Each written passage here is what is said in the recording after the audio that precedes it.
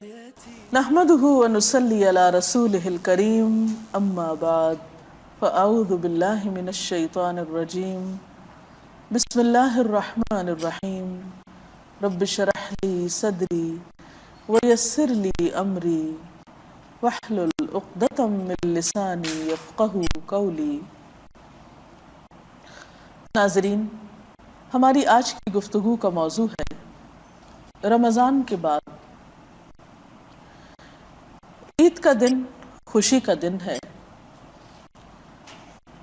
اس میں خوشی منانا اظہار شکر ہے،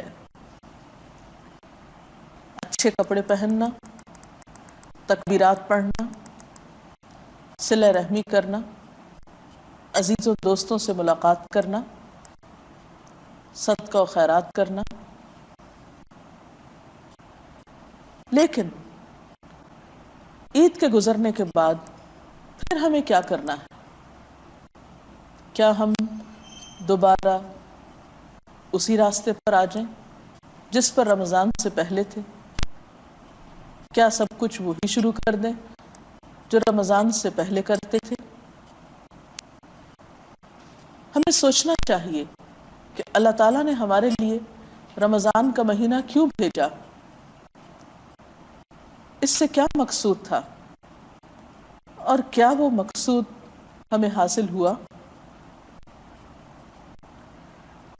اسی لیے ہم دیکھتے ہیں کہ شیخ عبد القادر جیلانی عید کے آداب اور فضائل کا ذکر کرتے ہوئے کچھ یوں فرماتے ہیں کہ لیس العید لمن لبس الجدید انما العید لمن خاف بالوعید۔ عید ان کی نہیں جنہوں نے عمدہ لباس سے خود کو آراستہ کیا، عید تو ان کی ہے جو خدا کی پکڑ اور وعید سے ڈر گئے۔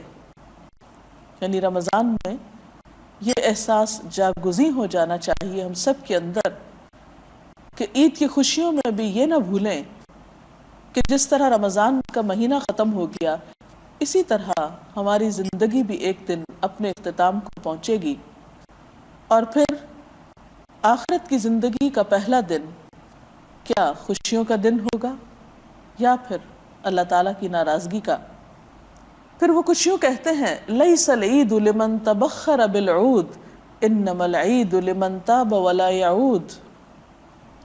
عید ان کی نہیں جنہوں نے آج بہت سی خوشیوں کا استعمال کیا، عید تو ان کی ہے جنہوں نے گناہوں پہ توبہ کی اور اس پہ قائم رہے۔